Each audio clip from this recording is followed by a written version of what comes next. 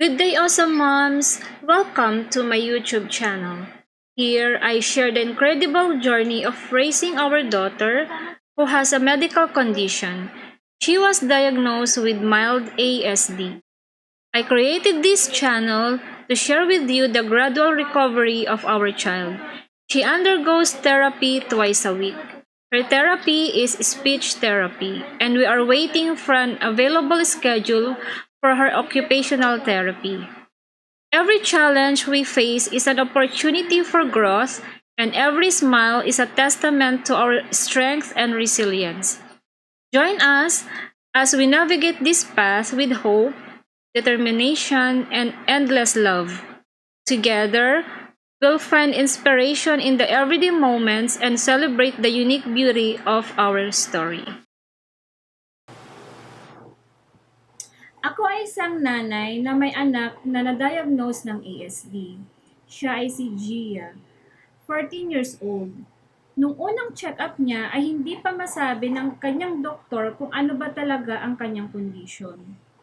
Ngunit, nung pangalawang check-up na niya, dito na nalaman ng doktor niya kung ano ba talaga ang kondisyon niya. Si Gia ay merong ASD o ito ay ang Autism Spectrum Disorder pero mild lang daw ito.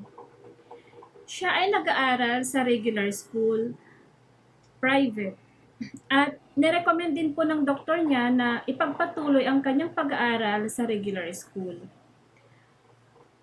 Si Gia ay kailangan magpa-therapy twice a week.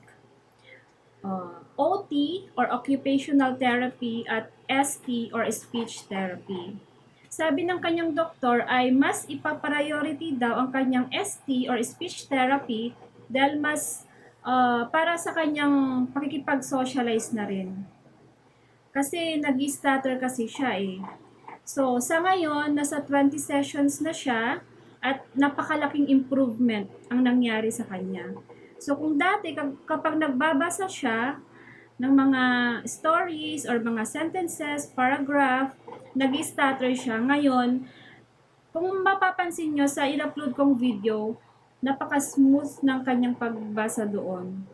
So, ang problema na lang ngayon ay yung pakikipag-interactions niya. So, yun ang pinopokus nila ng kanyang therapist.